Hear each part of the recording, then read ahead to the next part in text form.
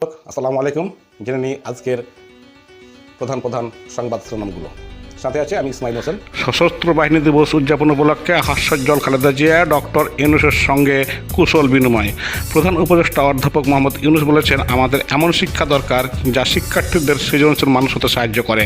বুধবার 20 নভেম্বর সচিবালয়ে শিক্ষা মন্ত্রণালয়ের কার্যালয় পরিদর্শনে গিয়ে এ মন্তব্য করেন তিনি।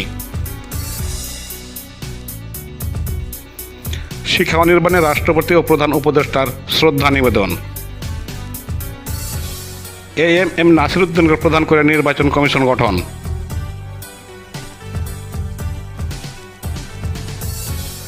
নির্বাচনের সময় পূর্ণ ক্ষমতা চাই নির্বাচন কমিশন। বাংলাদেশের বিরুদ্ধে আন্তর্জাতিক সালিসি প্রক্রিয়া শুরুর হুঁশিয়ারি এস আলমের। থানায় মামলা করতে গিয়ে গ্রেপ্তার হলেন শাহজাহান ওমর। ডেঙ্গুতে 24 ঘন্টায় 9